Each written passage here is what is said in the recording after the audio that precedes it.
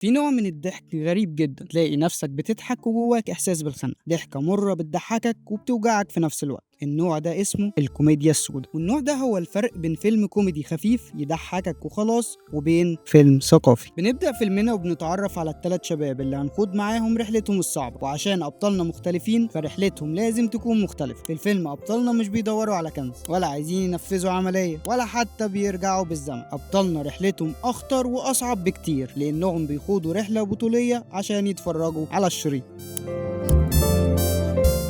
مع بداية الفيلم بيقرر الكاتب والمخرج محمد أمين إنه يضرب على الوتر الحساس ويصدم المشاهد بدون تمهيد أو مقدمات. بنشوف الثلاث أبطال مكبوتين والكبت باين على كل تصرفاتهم. عندك أشرف مثلا اللي بنشوفه واقف بيتفرج على جارته وهي بتنشر الغسيل، واللي بنعرف إنه بيستناها كل أسبوع عشان يتفرج عليها. وعلاء اللي بيتفرج على مجلة فيها صور إباحية بلهفة غريبة. وعفت وهو وسط زميلاته في المعمل ومش عارف يركز منهم ولا قادر يستحمل لبسهم ومنظرهم. وعشان عفت هو آخر شاب بنتعرف عليه بيكون هو مدخلنا للفيلم، اللي بصراحة مش بيضيع وقت وبيدخل في الموضوع على طول. وعلى لسان عفت والدكتور بتاعه بنسمع حوار بيوضح رسالة الفيلم المباشر، لما عفت بيسيب المعمل ويقول للدكتور انه مش عارف يركز من لبس زميلاته. رايح فين يا ابني؟ خلاص مش قادر. وساعتها الدكتور بيرد عليه ان ده النظام الاجتماعي وما ينفعش نتصادم معاه. مش في مشاكل احنا مش قدها. عفت بيرد عليه بكل صراحة وبيقول له يبقى ما تستناش مني إنجاز في ظل الكبت والظروف دي. وده المعنى اللي هيأكد عليه مخرج وكاتب الفيلم محمد أمين في أكتر من مشهد على مدار الفيلم. وهنشوف إزاي إن هوس الشباب وحالة الكبت المسيطرة عليهم بتخليهم يقعدوا على القهوة بدل ما ينشغلوا في حياتهم ومستقبلهم. بيفضلوا قاعدين على القهوة ما بيعملوش حاجة خالص، لأنهم مش عارفين يركزوا في حاجة غير شهواتهم اللي مسيطرة عليهم. وفي نفس القهوة هنسمع الراديو بيقول إن في شاب ألماني اخترع اختراع جديد، وكأن الكاتب عايز يورينا الفرق بين مجتمع الشباب بتلاقي فيه دعم مناسب وبيتوفر لها حياة آدمية بتقدر فيها تبدع وتنتج، وبين شباب بتجري ورا حقوق أقل حمار في زريبة قادر يلاقيها بسهولة. من وجهة نظري إن بداية الفيلم كانت صدمة واتقدمت بشكل جريء، لأن محمد أمين كان قاصد يبروز لنا فكرة الكبت وتأثيرها على الشباب، ويورينا إن الموضوع خطر وما ينفعش نتهاون معاه لأنه بيأثر على كل حاجة حوالينا. والفيلم دخل في موضوع الكبت من أول مشهد من غير تمهيد ولا مقدمات. الكاتب محتاجش يبني ويفرش للموضوع، لأن ببساطة الحكاية واضحة للكل ومش مستاهلة نقول حاجة قبل ما نعرض الفكرة اللي كلنا عارفينها ومعظمنا بيعاني منها كمان، وهي ان الشباب مكبوتين. واعتقد ان كتير من الجمهور هيشوفوا نفسهم في واحد من الشباب الموجودة في الفيلم، سواء في تصرفاته الناتجة من الكبت او حتى طريقة تعامله مع الكبت ده.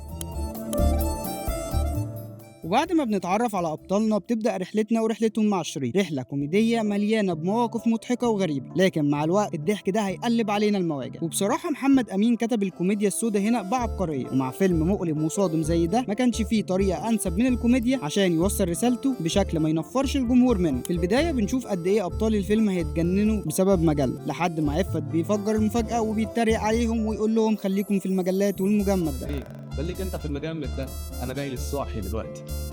ورغم ان الكلمه بتوحي انه بيتكلم عن واحده بجد، الا ان الصاحي بالنسبه له هو الفيلم. ومن لفتهم على الفيلم وكانه كنز بيبان لنا قد ايه الشباب مكبوتين وبيدوروا على اي حاجه تحل مشكلتهم، لكن للاسف الحلول المؤقته دي بتزود المشكله. ورغم انهم عارفين ان في فيلم جاي الا انهم بيروحوا يصوروا المجله برضه، وده بيورينا قد ايه هم مدمنين وعارفين ان بعد الفيلم هيرجعوا تاني يحتاجوا المجله. وفي مشهد عبثي بنشوف صاحب المكتبه وهو بيصور نسخه لنفسه من المجله، كأن الكاتب عايز يقول لنا ان الموضوع مش في الثلاث شباب دول واصحابهم بس، لكنه طايل البلد كلها تقريبا. وتأكيدا على المعنى ده في مشهد بعده بنشوفهم وهم رايحين ياخدوا الشريط من صاحبه اللي بيفضل يدور عليه لانه مخبيه عند الجيران في البلكونه، وبنكتشف ان اللي كان واخد الشريط بنتين، وده عشان الكاتب يورينا برضو ان الكبت ازمه طايله الاثنين، الرجاله والستات. وبعد مفاوضات مع صاحبهم بياخدوا الشريط وبينطلقوا في رحلتهم عشان يتفرجوا على الفيلم. ومزيكا الفيلم بتشتغل وتحس في المزيكا بخليط عجيب بين موسيقى حماسيه تحسسك انهم في رحله فعلا كانهم هيحاربوا، وبين موسيقى كوميديه بتورينا عبثيه الموقف. وعلى مدار الرحله بنلاحظ انهم مش بيسيبوا واحده ماشيه في حالها الا وبيبصوا عليها زي الجعانين، في شارع، في اتوبيس، في اي مكان، مش فارقه. وزي اي رحله في عقبات بتقابل ابطالنا، اولها لما بيطلعوا البهجت عشان يتفرجوا على الشريط، لكن بتحصل اول عقبه في طريق بهجت مش موجود، وجارهم بيقول لهم انه خرج من بدري ومش بيكون قدامهم غير حل واحد، الريس برايز. وحابب اقول ان برايز من افضل الشخصيات الثانويه اللي اتكتبت في السينما المصريه بجد. الشخصيه بتحوطها هاله من الغموض والتعظيم المبالغ فيه اللي بينكشف واحده واحده في الفيلم، وكل ما نقرب من فهم شخصيه برايز بنعرف قد ايه هي شخصيه متعوب في كتابتها. واول معلومه بنعرفها عنه هي ان حبيبته رفضته لانه مش معاه فلوس، وده اللي خلاه يرجع تاني للافلام بعد ما كان مبطل. وكأن الكاتب عايز يقول لنا ان الدنيا كلها ملمسه على بعض، الكبت بيؤدي للكسل والاحباط والفشل بيؤدي للكبت، وهكذا في حلقه مفرغه ودوامه من المعاناه ما بتنتهيش. الكبت والحرمان قادرين يوصلوا مجموعه شباب زي ابطال الفيلم انهم يرموا كل حاجه ورا ظهرهم عشان ثواني من المتعه المؤقته، وايا كانت الطريقه والثمن اللي هيدفعوه فهم مستعدين لده، حتى لو الموضوع هيجي على كرامتهم، لانهم شايفين نفسهم من غير كرامه اصلا، لدرجه انهم هيروحوا يتفرجوا على الفيلم مع صاحبهم المكتئب. مع اول مشهد في بيت جمال بنشوف 3 صور بيورونا قد ايه جمال كان عايش حياته مبسوط، والابتسامه مش بتفارق وشه، لكن امه بتقول لنا ان مش دي حالته دلوقتي. وفعلا بنشوف جمال في حاله صعبه من الحزن والاكتئاب، ورغم كده اصحابه بيكون ما عندهمش احساس وبيتريقوا عليه. وهنعرف ان جمال بيرفض يتفرج على الافلام لانه مش عايز يشوف الدنيا من بره، ولما بيقرروا هم يتفرجوا لوحدهم جمال بيمنعهم. ما قلت لا. وبصراحة المبرر بتاعه منطقي، جمال ما كانش عايزهم يتنازلوا عن آدميتهم ويهنوها. ولو بتسأل ليه الكاتب كتب لنا شخصية جمال وركز عليها في أول الفيلم، فالإجابة بتيجي على لسان عفو، إنهم يا يقبلوا حياتهم الغير الآدمية ويكملوا فيها بالشكل المقرف ده، يا إما يرفضوا الواقع ويصطدموا بالحقيقة المرة ويوصلوا لحالة جمال، والحلين أمر من بعض. عشان كده جمال بينطقها بحزن وألم الدنيا، إحنا ضعنا. وطبعا الضياع اللي جمال يقصده هنا هو إن الشباب اتدمروا وحياتهم ما بقاش ليها معنى، عايشين في معاناة مستمرة وأيامهم شبه بعض، وبيحاولوا يصبروا نفسهم بأي حاجة. لكن أبطال الفيلم ما كانوش شايفين ده، وعشان كده بيجي الرد اللي فيه تريقه من كلام جمال واشرف، وهو بيقول له انهم قدامه محدش ضاعه. ولان ابطال فيلمنا ما يعرفوش كلمه استسلام في اي حاجه تخص الافلام طبعا، فهنلاقيهم بيكلموا مجدي اللي كانوا معترضين عليه في الاول، لكنه بيتشرط عليهم لدرجه بتخنقهم وتخليهم يقفلوا السكه في وشه. وبكده الحلين اللي برايز قالهم فشل، وبهجت صاحبهم مش موجود، والدنيا قفلت في وشهم زي الضمن.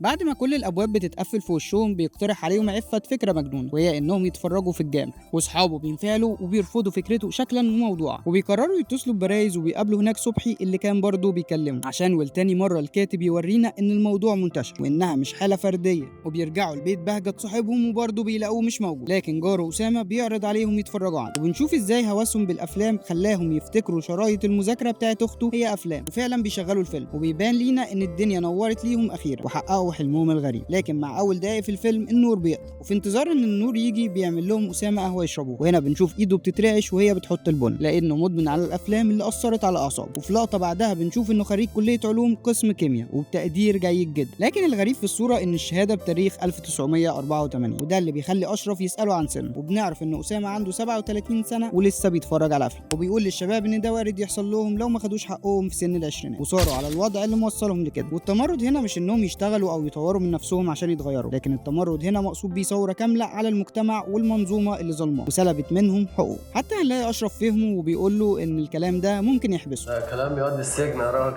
وبيقرروا يغيروا الموضوع ويكملوا في سكوتهم ويشربوا القهوه اللي برضه بتتهز بسبب رعشه ايد اسامه. ولما بترجع اخت اسامه بنشوف ازاي الكابتن مسيطر عليها لدرجه انهم بيبصوا عليها قدام اخوها ومش قادرين يسيطروا على نفسهم، وبيعرضوا على اسامه يكملوا فرجه واخته في البيت لكنه بيرفض، وبياخدوا الشريط وبيبداوا رحلتهم تاني في البحث عن مكان. لحد هنا وممكن نقول ان جزء كبير من رساله الفيلم واضح، وعرفنا ان الكاتب عايز يقول لنا ان الشباب دي محبطين وفاشلين، وان كل حلمهم في الحياه هي المتعه. مش مهم هيوصلوا ده ازاي وايه الشكل اللي هيحققوا بيه متعته، لكن المهم انهم يوصلوا لده، وبنبدا واحده واحده نحس بمعاناه، او بمعنى اصح معاناه اللي بالمناسبه اعمق من فكره انهم مش عارفين يتفرجوا على فيلم. الموضوع اعقد من كده بكتير. يعني لو فاكر ان في 2026 وجود الانترنت حل المشكله دي، فخليني اقول لك انه بالعكس، المشكله عماله تكبر وتزيد، لان المشكله مش مشكله شريط. وخلينا نكمل الفيلم عشان نفهم المشكله فين.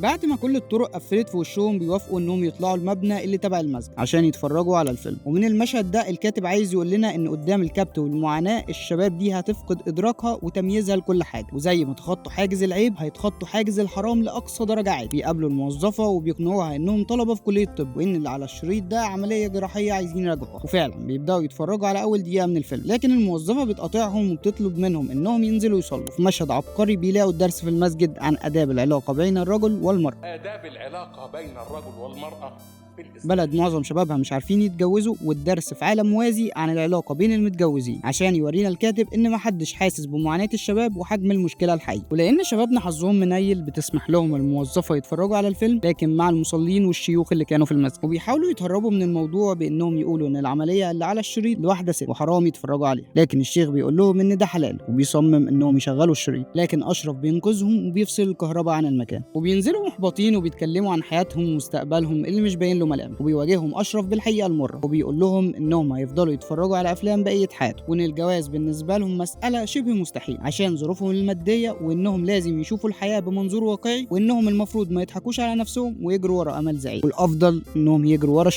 الشريط اللي مسيطر عليهم لدرجه انهم بيتخيلوا اللي جواه لانهم مش عارفين يتفرجوا عليه. وبعدها بيحاولوا يسقطوا المشكله على لبس الستات وان ده السبب في كل اللي هم فيه، لكن برضه مش دي المشكله. امال يا ترى المشكله فين؟ بيرجع علاء بخبر حلو وخبر وحش. الخبر الحلو ان في شباب عندهم فيديو ومكان مستنيين شريط بفارغ الصبر، والخبر الوحش انهم في مكان بعيد جدا في نزله السمان، لكن ولان شبابنا مش هيسمحوا ان حاجه تقف بينهم وبين الشريط فبيقرروا يروحوا ليه. وبنشوف في شقه واحده عدد كبير من الشباب بيخلينا نفهم حجم المشكله وانتشارها وسط الشباب بالذات. واحد منهم بيقول انه مكسوف من حياتهم دي لكن ما باليد حيل. والله يا جماعه الواحد يكسف اللي بنعمله ده، بس نعمل ايه بقى؟ وبصراحه عنده حق، الموضوع يكسب. مش بس انهم متجمعين سوا يتفرجوا على فيلم اباحي، لكن عشان حالهم والوضع اللي وصلوا له. وبيجي المصور اللي معاه كاميرا الفيديو، لكن بيلاقي ان التلفزيون قديم ومش هينفع الكاميرا تركب عليه. ولان في المشاكل دي مش بنلجأ غير لواحد بس، بيتصلوا ببرايز اللي بيقول لهم يروحوا عند صاحبهم بطرس لان ابوه في الانعاش والبيت كله فاضي. وبدل ما يروحوا يطمنوا على ابو صاحبهم بيروحوا لبطرس البيت لان الشريط اهم طبعا، لكنهم مش بيلاقوا بطرس هناك لان ابوه مات وراح يدفنه. وبدل ما ده يحبطهم بيستغلوا الموقف، بيروحوا لبطرس الكنيسه وبياخدوا منه مفتاح الشقه. ولما بيروحوا بنشوف مشهد مليان كوميديا سود. بيفتحوا التلفزيون وبيلاقوا كل القنوات جايبه اغاني عن الوطن، من اول وطني حبيبي لمصر اليوم في عيد، للمستقبل اللي باين في عيون كل ولد. اختيارات عبقريه للاغاني والكلمات بصراحه عشان يورينا الكاتب التناقض بين الاغاني والفن بيقولوا وبين الواقع المتمثل في الشباب اللي طبعا بيقابلوا ده بكل طريقه. وبيشغلوا الفيلم في ظروف مناسبه ومثاليه، بيت فاضي وفيه كل حاجه ومعاهم الوقت كله، وقعده حلوه زي دي محتاجه حاجه ساقعه يشربوها. ولما بيروح علاء يجيب الكوبايات بيقف مكانه مصدوم، وبيقوم له اشرف وعفت لكن برضه بيقفوا مكانه بنفس الصدمه. وبنعرف ان كل ده بسبب انهم شايفين قصادهم واحده ست نايمه ولابسه لبس مبين جسمها، بس الفرق انها ست حقيقيه مش في شريط فيديو. ما بيقدروش يسيطروا على نفسهم ولا حتى يعرفوا مين دي، وبيبداوا يلمسوها حتى وهي نايمه. في مشهد بيورينا قد ايه الكابتن قادر يحولنا لحيوانات ويفصلنا عن الواقع. اللي بيكتشفوا اشرف وبيقول لصاحبه ان الافلام حاجه والحقيقه حاجه مختلفه تماما. ولما بيحاول عفت يقول له ما تتبطرش على الافلام بيصرخ في وشه انهم كده مش عايشين وانهم اموات. وبتعرف الخدامه انهم قاعدين يتفرجوا على فيلم ثقافي، وبتبدا تساومهم وتطلب منهم فلوس قصاد انها تفرجهم على الطبيعه بدل الفيديو، وبتبدا تعمل ده. لكن اظن انكم عارفين حظهم كويس وان مفيش حاجه بتكمل للاخر. بيرجعوا اهل بطرس البيت لان امه مش مستحمله الصدمه ومش قادره تروح تدفنه، وطبعا ده معناه انهم مش هيعرفوا يتفرجوا على الفيلم. لكنهم مش بيطلعوا من المعركه خسرانين كل حاجه. بياخدوا الفيديو من بطرس اللي بيطلب منهم يجيبوا الفيديو بكره والشريط معاه عشان يتفرج عليه. نشوف قد ايه الكبت وادمان الافلام مسيطر عليه لدرجه انه عايز يتفرج وابوه لسه ما اتدفنش حتى. وبينزلوا ابطالنا ماسكين الفيديو والشريط كده، بدل ما كانوا بيدوروا على مكان فيه فيديو وتلفزيون بقوا عايزين اي مكان فيه تلفزيون بس، والمفروض رحلتهم تكون اسهل. وبيكلموا المستشار الثقافي بتاعه اللي بيقول لهم يروحوا لدكتور عاطف. وبعد ما دكتوره عصمت بتقفشهم بنشوف ان الكابت مسيطر على الرجاله والستات في كل الطبقات، وبتصرخ عصمت انها عايزه تتجوز وان ده من حقها، لكن بيتم التعامل معاها انها مجنونه. انا عايزه اتجوز لان عندي 28 سنه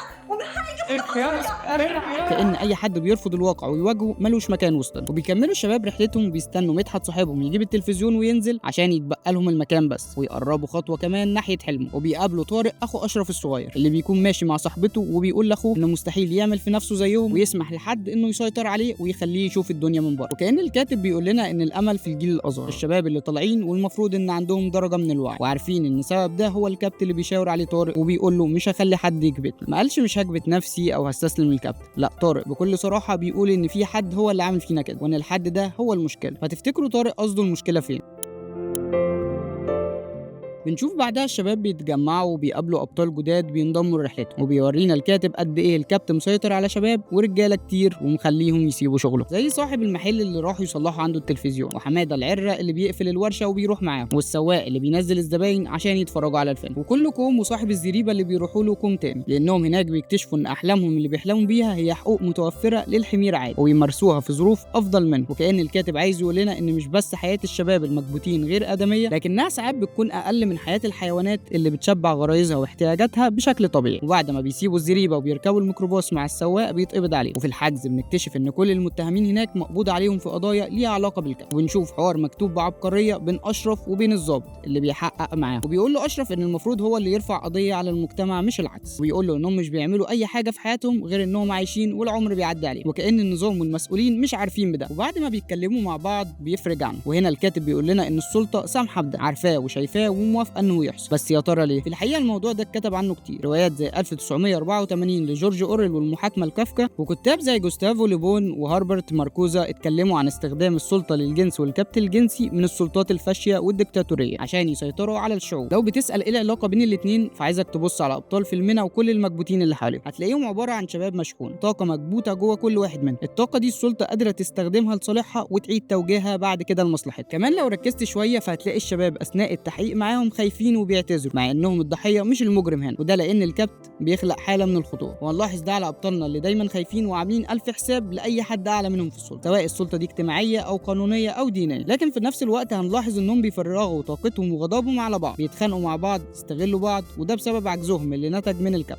وطبعا مفيش احسن من كده عشان ابطالنا وشبابنا يتحولوا لحمير وركوبه سهله لنظام فاشي وديكتاتوري. بعد خروج ابطالنا من الاسم بيروحوا يأجروا مكان بكل الفلوس اللي معاهم وبساعة صبحي كمان، وده لانهم شباب مؤمنين بقضيتهم وهيدفعوا كل حاجه عشان يوصلوا للهدف. في لقطه عبقريه بيقول محمد امين على لسان عفت ان لو الدوله طلبتهم في حرب مش هيتجمعوا كده، مش لان الشباب دول عاجزين عن الحرب، لكن عشان ما عندهمش الرغبه يدافعوا عن وطن بيسلبهم حقوقهم في حياه طبيعيه. واخيرا بيتجمع الشباب وهم معاهم مكان وشريط وتلفزيون وفيديو، وفعلا بيشغلوا الفيلم لكن ما بتعديش دقايق وبيلاقوا خطبه لمجلس الشعب، واللي بكل كوميديا سودا بيكون بيتكلم عن الشباب والعلم عشان يورينا محمد امين التناقض بين الشباب اللي بيتكلموا عنهم في مجلس الشعب وبين الشباب اللي قاعدين يتفرجوا على الفيلم. وبعد ما بيطلع الشريط عباره عن جلسه لمجلس الشعب بيكلموا المنقذ باريس واللي بيدلهم على ثروت اللي شغال في محل ملابس، وبنشوف ازاي الشباب بيتحرشوا بالمانيكانات اللي هناك من كبتهم، وبعدها بيروحوا المنصور اللي مع الشريط. وبصراحه انا كنت فاكر الكاتب قصده انه يمط في الفيلم على الفاضي، لكن لما ركزت مع منصور عرفت ليه الكاتب حط قصته في الفيلم. منصور عريس وفي ليله دخلته بيكون معاه شريط برضه يتفرج عليه، وبيرفض يديه لعفت لانه بيقول انه محتاج الشريط، وده عشان منصور مدمن وتعود على الافلام الاباحيه. سنين كتيره عدت عليه وهو بيتفرج على الافلام ويفرغ كبته بالشكل ده، لانه منصور ما كانش مصدق انه اتجوز واخيرا هيعيش حياه بجد مش شريط فيديو. بيدخل هو ومراته في غيبوبه بسبب الصدمه العصبيه اللي حصلت لهم بسبب الفرح،